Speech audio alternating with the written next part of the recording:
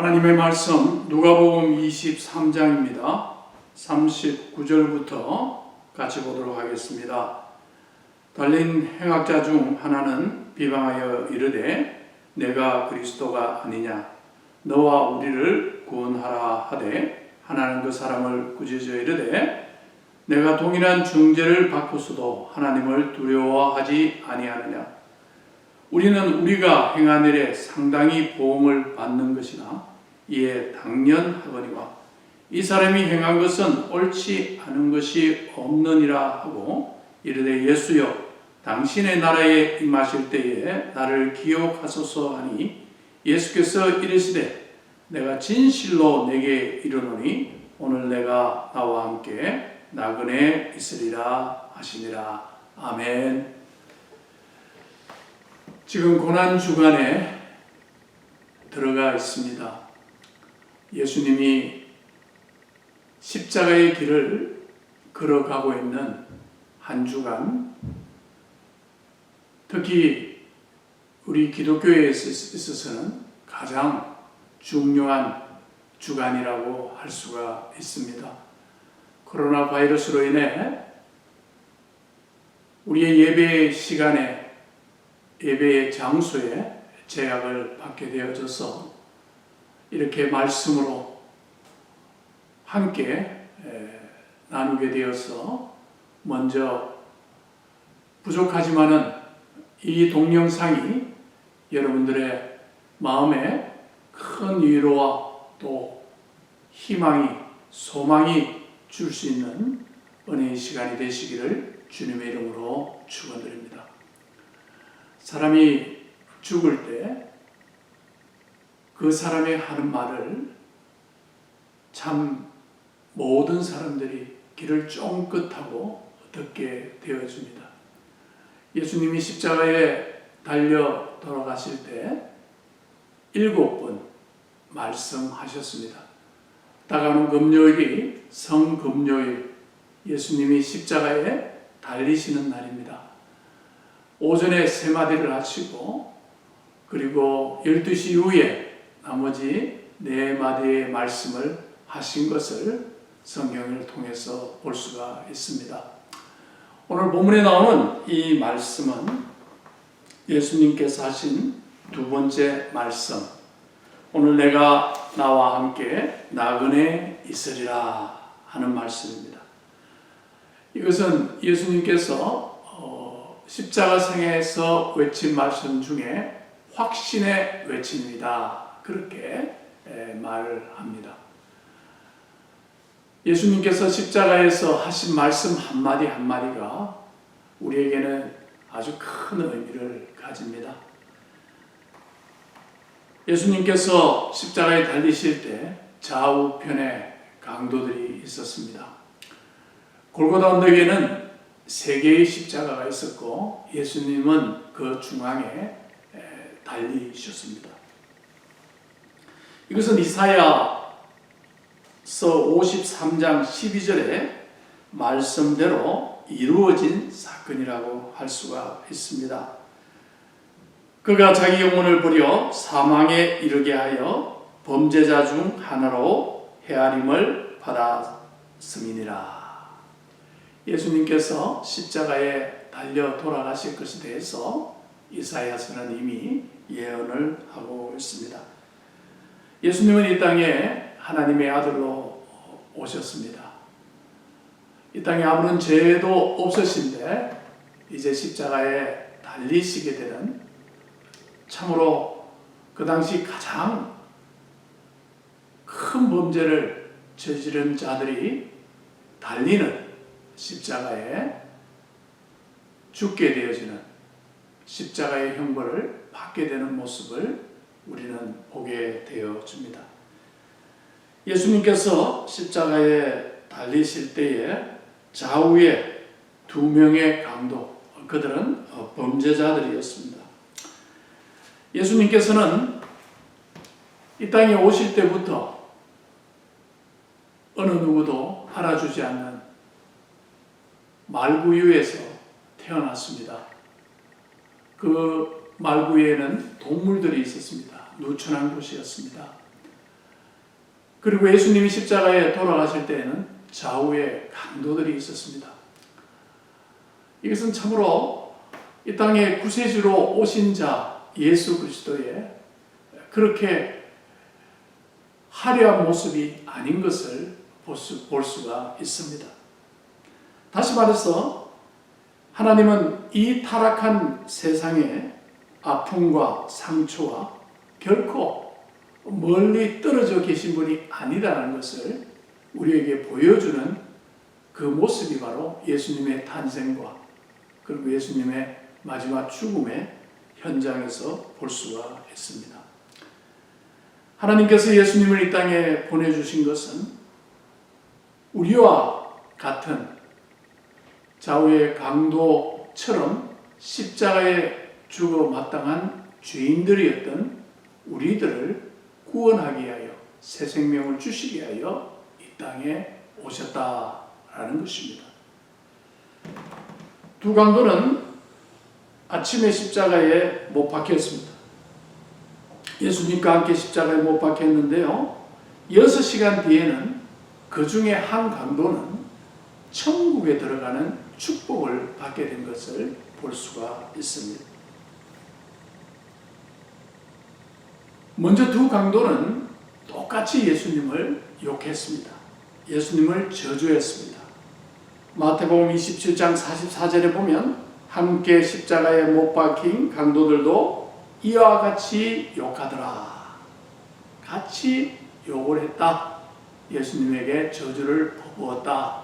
그렇게 말씀하고 있습니다.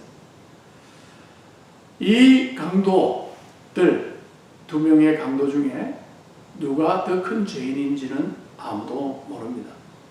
그러나 오늘 이 두 강도 중에 한 명, 그 강도는 십자가상에 달린 예수님을 만나고 천국에 들어가는 축복을 받게 되는 것을 볼 수가 있습니다. 하나님께서 우리에게 참 많은 것을 주었습니다. 우리가 보면 하나님께로부터 받은 것이 너무 많아요. 우리의 가정을 주었고, 우리에게 하나님이 탤런트도 주었고, 우리에게 이 땅에 사는 날 동안 건강의 축복도 주었고, 아름다운 아내와 남편, 자녀들을 허락해 주셨습니다. 우리는 가진 것이 너무 많고 받은 것이 너무 많은데 우리에게는 늘 그 하나님께 감사하는 마음보다는 늘 불평하고 하나님을 원망하는 그와 같은 모습들이 우리에게 있었습니다. 우리가 생각하기에는 나는 강도보다 나아, 나는 저 살인자들보다는 더 깨끗한 사람이야 라고 말을 할 수가 있을 것입니다.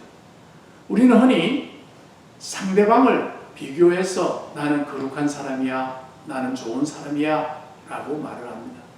그러나 하나님 편에서 볼 때에 우리나 좌우에 달려 십자가에 달린 강도들이나 아무런 차이가 없습니다. 똑같은 죄인의 모습임을 고백하지 않을 수 없습니다. 오늘 두 강도는 십자가에 못 박혔습니다. 더 이상 움직이지를 못합니다. 이들이 할 수 있는 것이 아무것도 없습니다. 죄를 짓지도 못합니다. 이제는 선한 일을 할 수도 없습니다. 그들은 그곳에서 죽을 수밖에 없는 죄인들의 모습일 것을 볼 수가 있습니다. 오늘 그 중에 한 강도는요, 예수님을 만나게 되어집니다. 예수님을 구세주로 고백하고 예수님을 왕이라고 고백하고 천국에 들어가는 큰 축복을 받게 되어집니다. 그러면 이 강도의 마음을 이 강도의 마음이 어떻게 변화되어졌는가 하는 것입니다.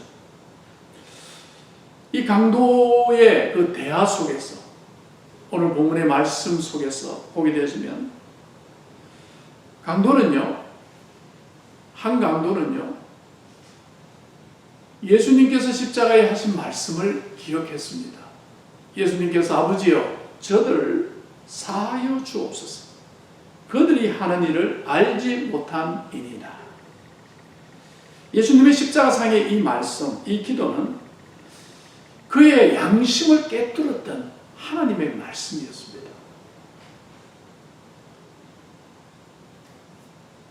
그는 자기 자신은 용서가 필요한 자임을 깨닫게 된 것입니다.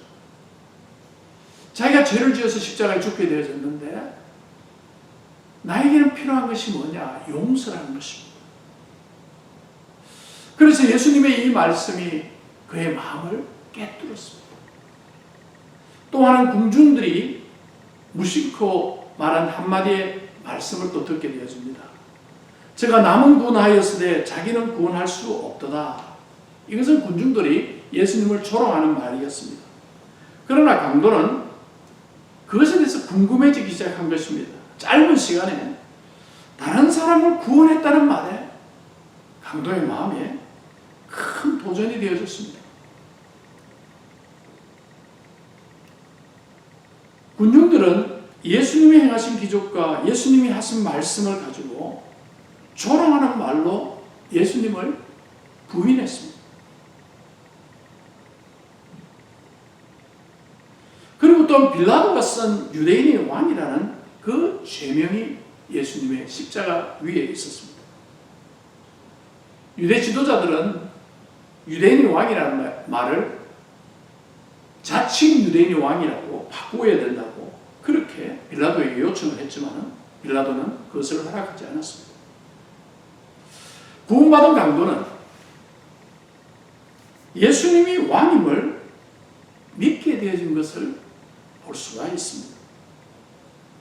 누가복음 23장 42절을 보면 예수여 당신의 나라에 임하실 때에 나를 생각하소서, 나를 기억하소서, remember me. 하나님께서 이 사람의 마음에 믿음의 씨앗이 싹트게 만들었습니다. 이것은 대단한 것입니다. 예수님이 십자가에 달리시는 그 순간 누구나 십자가에 달리면 절망하게 되어져 있습니다. 좌우의 강도는 인생의 모든 것을 포기하고 이제는 끝이라고 생각하는 그 자리가 바로 십자가의 자리였을 것입니다. 그런데 그 자리에서 한 강도가 예수님을 구세주로 믿게 되어졌다는 것입니다. 자기 스스로가 구원받기를 원했다라는 것입니다. 지금 예수님의 모습은 그렇게 아름다운 모습이 아닙니다.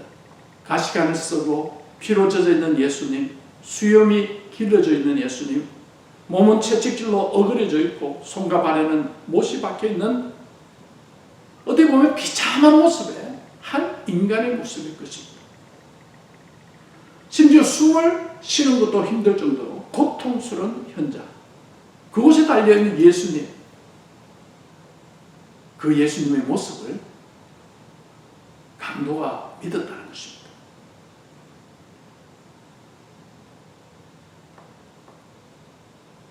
그 강도는 예수님의 기적을 보고 예수님을 믿은 것이 아닙니다. 무리를 걸어오신 예수님을 보고 믿은 거 아닙니다. 오병이의 기적을 보고 믿은 거 아닙니다. 물로 포도주를 만드신 예수님을 보고 믿은 거 아닙니다.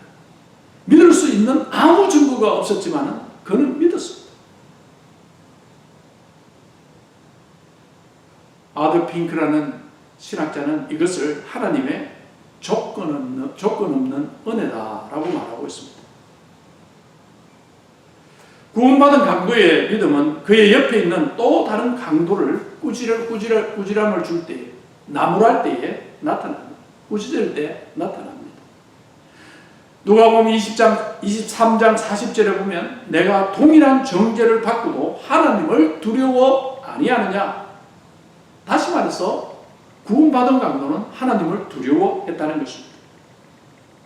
41절에 우리는 우리의 행한 일에 상당한 보응을 받는 것이니 이에 당연하거니와 이 사람의 행한 것은 옳지 않은 것이 없느니라. 그리고 예수님을 향하여 예수여 당신의 나라에 임하실 때에 나를 생각하소서 기억하소서라고 외칩니다. 구원받은 강도는 사회로부터, 가족으로부터, 친구들로부터 버림받은 자입니다. 그래서 그는 그의 삶의 모든 것을 잊어버리고 마지막 십자가에서 죽기를 원했습니다. 근데 지금 이 강도가 나를 좀 기억해 주십시오 라고 외치고 있습니다. 이 강도는요, 하나님으로부터, 예수님으로부터 기억되어지기를 원하고 있었습니다. 그때 예수님께서 그 강도의 믿음을 보시고 오늘 내가 나와 함께 나그네 있으리라. 내가 너와 함께 개인적인 교제를 갖기를 원한다. 그렇게 말씀해 주고 있습니다. 고린도전서 1장 9절에 보면 너희를 불러 그의 아들 예수 그리스도 우리 주와 더불어 교제케 하시는 하나님은 미쁘시다. 예수님께서 십자가에 달리시기 전날 밤에 이런 말씀을 하셨습니다. 요한복음 14장 3절에 가서 너희를 위하여 초소를 예비하면 내가 다시 와서 너희를 내게로 영접하여 나 있는 곳에 너희도 있게 하리라. 이 강도가 제자들과 똑같은 약속을 받게 된 것입니다. 얼마나 큰 축복입니까? 십자가의 예수님 좌우편에 있는 두 강도는 무엇을 의미합니까? 이 땅에 있는 모든 사람들을 대표합니다. 우리는 흔히 사람들을 나눕니다. 어떤 종족입니까? 부자입니까? 가난한 자입니까? 우리는 문화에 따라서 나누고 국가에 따라서 나누고 종족에 따라서 나누고 사람의 지위에 따라서 우리는 나누기도 합니다. 신분에 따라 나누기도 합니다. 그러나 십자가상에서는요, 종족도 필요 없고 국가나 신분도 필요가 없습니다. 좌우에 두 강도가 있었는데 십자가상에서는 한편은 뭡니까? 자기의 죄를 인정하지 않고 끝까지 자기를 정당화하면서 마지막까지 예수님을 믿지 않고 죽는 한 강도가 있었고, 또 한편에는 예수님을 구주로 고백하고 마지막 십자가상에서 예수님을 영접하여 천국에 들어가는 축복을 받은 강도가 있습니다.